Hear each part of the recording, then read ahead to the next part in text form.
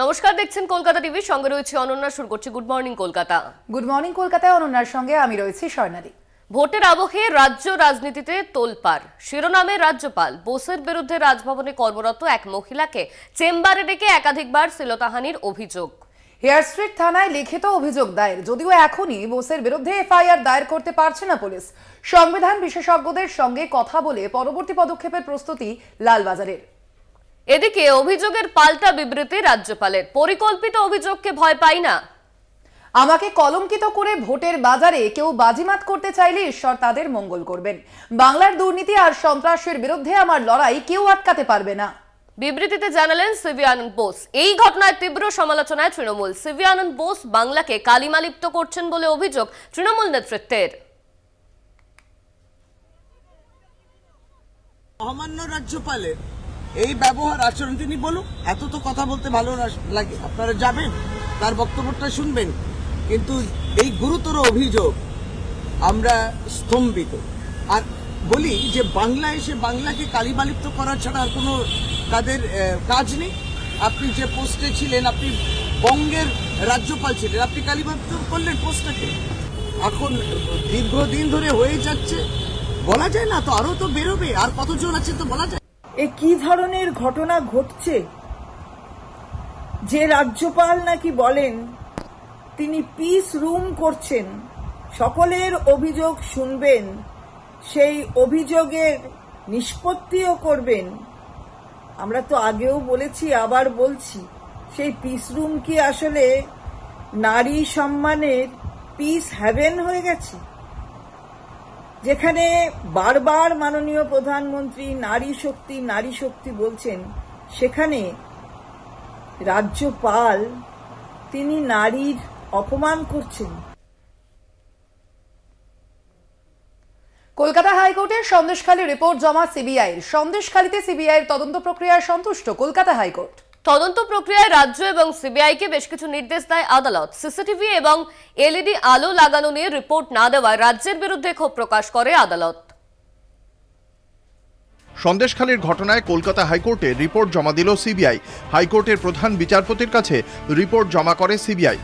Report নিয়ে প্রধান বিচারপতি টি.এস. শিবাজ্ঞানাম বলেন, সিবিআই এর তদন্ত সঠিক পথেই এগোচ্ছে।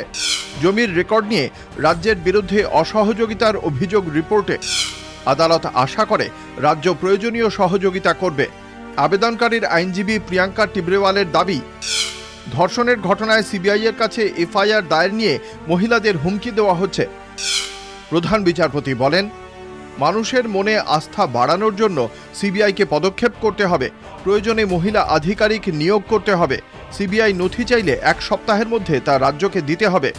জাতীয় মানবাধিকার কমিশনকে মামলায় যুক্ত হওয়ার অনুমতি দিয়েছে আদালত।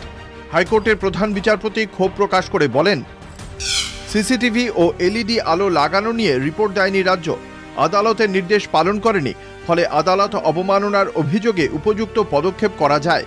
যত দ্রুত সম্ভব সিসিটিভি এবং এলইডি আলো লাগানোর নির্দেশ দেওয়া হয়েছে। 13 জুন পরবর্তী শুনানির দিন পরবর্তী রিপোর্ট পেশ করবে সিবিআই।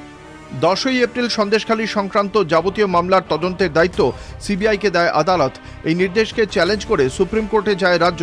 শীর্ষ আদালত সিবিআই তদন্তের ওপর কোনো হস্তক্ষেপ করেনি। মামলাটি আপাতত মুলতুবি রাখা হয়েছে। একই সঙ্গে সুপ্রিম কোর্ট জানায় সিবিআই তদন্ত জারি থাকবে। কলকাতা টিভি।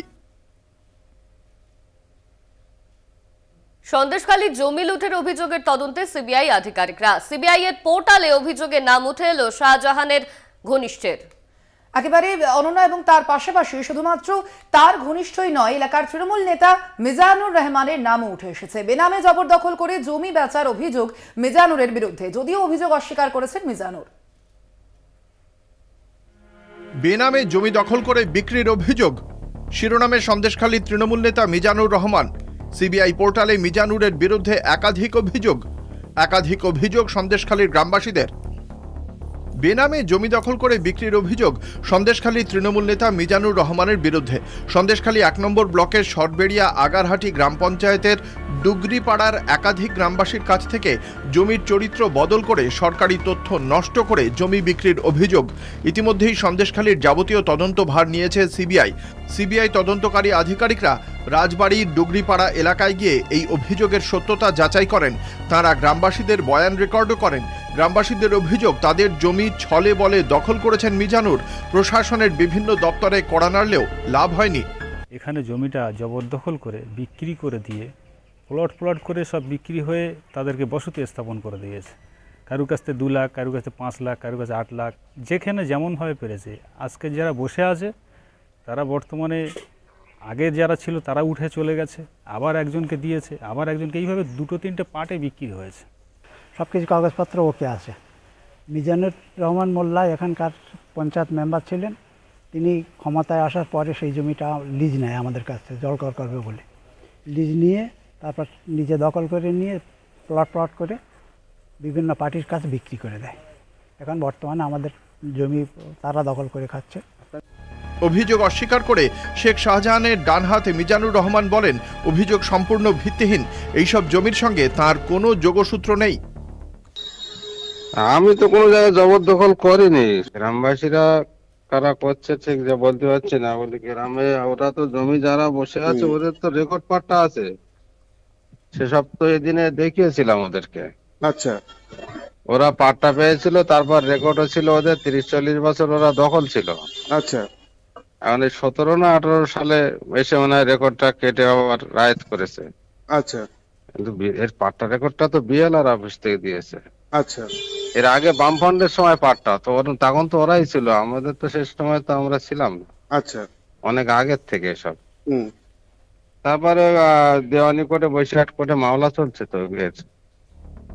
সিবিআই সূত্রের খবর, এলাকার বেশ কিছু জমির পাট্টা আছে, রেকর্ড নেই। আবার জমির রেকর্ড আছে, পাট্টা নেই। ফলে সেই সব জমির প্রকৃত কাগজপত্র নিয়ে ধন্ধে কেন্দ্রীয় তদন্তকারী সংস্থা। বসিরহাট থেকে সঞ্জিত চক্রবর্তীর রিপোর্ট, কলকাতা টিভি।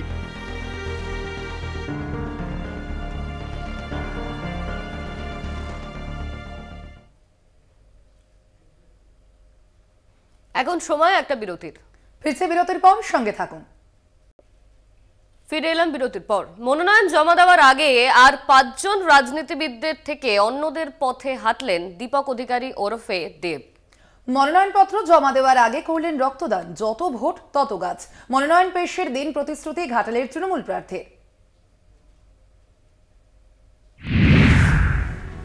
দেবের মনোনয়নপত্র জমা। মনোনয়নপত্র জমার আগে রক্তদান। যত ভোট তত গাছ, প্রতিশ্রুতি দেবের। মন্দিরে পুজো দিয়ে ভোটের মনোনয়নপত্র জমা দিতে বলেছিলেন, কিন্তু অন্য পথেই এগোলেন ঘাটালের তৃণমূল প্রার্থী দীপক অধিকারী ওরফে দেব। জনপ্রতিনিধিদের প্রধান ধর্ম মানবিকতা, তাই মন্দিরের বদলে ঘাটাল মহকুমা হাসপাতালের ব্লাড ব্যাংকে গেলেন টলিউডের এই তারকা। করলেন রক্তদান। শুধু রক্তদানই নয়, মনোনয়ন পেশের দিন নয়া স্লোগান, প্রতিশ্রুতি দেবের গলায়। যত ভোট পাবেন তত গাছ লাগানো হবে ঘাটালে। এরপর মনোনয়নপত্র জমা দেন ঘাটালের তারকা তৃণমূল প্রার্থী। জনপ্রতিনিধির একটাই ধর্ম হওয়া উচিত, মানব ধর্ম। আমার কাছে 2 দিন আগে ফোন এসেছিল, ঘাটালে ব্লাড ব্যাংকে ব্লাড নেই, কারণ এই গরমে ব্লাড ডোনেশন ক্যাম্পগুলো হচ্ছে না। আমার মনে হলো মন্দিরে না গিয়ে, যেহেতু আমার টিম বলেছিল মন্দিরে যাওয়ার জন্য, আমি মন্দিরে না গিয়ে অন্তত আজকের দিনে, যেহেতু মিডিয়া আমার সঙ্গে থাকবে, এই কথাটাও মানুষের কাছে পৌঁছবে। এই গরমে ব্লাড ব্যাংকের অবস্থা সত্যি খুব খারাপ, কারণ ব্লাড ক্যাম্পগুলো হচ্ছে না। ব্লাড দিলাম এবং থ্যালাসেমিয়া পেশেন্টগুলো যারা ব্লাড পাচ্ছে না, তাদের বেঁচে থাকার যে সুযোগটা, সেটা আমার মনে হয় সেটা আমাদের সবারই দায়িত্ব সেটা। এবং আজকে আমি আরেকটা সিদ্ধান্ত নিয়েছি যে এই যে গরম পড়ছে, যে 70-80 বছর এত গরম কোনদিনও এপ্রিল মাসে পড়েনি। সেই জন্য আমার মনে হয় কি এটা আমরা সিদ্ধান্ত নিচ্ছি কি আমরা আমাদের ঘাটাল লোকসভা কেন্দ্রে আমাকে আমার প্রতি যতগুলো ভোট পড়বে আমরা ততগুলো গাছ লাগাবো। যদি 9 লাখ ভোট পড়ে তাহলে 9 লাখ গাছ লাগাবো, 10 লাখ করলে 10 লাখ, 5 লাখ করলে 5 লাখ গাছ লাগাবো। কারণ এই গ্লোবাল ওয়ার্মিং এর সঙ্গে লড়াই করার জন্য একমাত্র উপায় হচ্ছে কি আমাদেরকে আরো গাছ লাগাতে হবে। তো সেই সিদ্ধান্ত আজকে আমরা নিলাম। গত দুবারের ঘাটালে তৃণমূল সাংসদ দেব, কিন্তু গত ফেব্রুয়ারি মাসে দেবের দল ছাড়ার জল্পনায় সরগরম ছিল বাংলার রাজনীতি। দল না ছাড়লেও ভোটে দাঁড়াতে চান না বলে দিদিকে মনের কথাও জানিয়েছিলেন, কিন্তু শেষমেশ সব জল্পনা জটিলতার অবসান। ঘাটাল থেকেই তৃণমূলের টিকিটে তৃতীয়বারের জন্য লোকসভা ভোটে লড়ছেন দেব। মধুসূদন ভট্টাচার্যের রিপোর্ট, কলকাতা টিভি। এখন সময় আরো একটা বিরতির। ফিরছে আরো অন্যান্য খবরের দিকে, চোখ রাখুন। ফিরে এলাম বিরতির পর। মনোনয়ন জমা নিয়ে তুলকালাম পূর্ব মেদিনীপুরে। মনোনয়ন পেশের আগে তৃণমূল বিজেপি পারস্পরিক চোর স্লোগানে মুহূর্তে উত্তপ্ত হয়ে ওঠে পরিবেশ। পরিস্থিতি সামলাতে ঘটনাস্থলে যায় কেন্দ্রীয় বাহিনী। ঘটনার জেরে জেলা নির্বাচনী আধিকারিকের থেকে রিপোর্ট চাইল মুখ্য নির্বাচনী আধিকারিকের দফতর।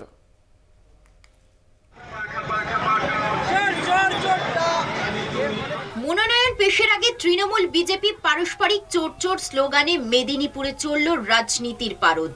পূর্ব মেদিনীপুরের তমলুক এবং কাঁথি লোকসভা কেন্দ্রে 3 প্রার্থী দেবাংশু ভট্টাচার্য, সৌমেন্দু অধিকারী এবং উত্তম বারিক মনোনয়ন জমা দিতে যান বৃহস্পতিবার। শিশির অধিকারী তাঁর ছেলে সৌমেন্দু অধিকারীর সমর্থনে মনোনয়ন জমা দেওয়ার কেন্দ্রে পৌঁছালে পুলিশ শুধুমাত্র কাঁথির বিজেপি প্রার্থীকেই প্রবেশের অধিকার দেয়। শিশির অধিকারীকে পুলিশ আটকায়, এতেই শুরু হয় গন্ডগোল। দুই দলের সমর্থকরা রাস্তার দুই ধারে উপস্থিত ছিলেন।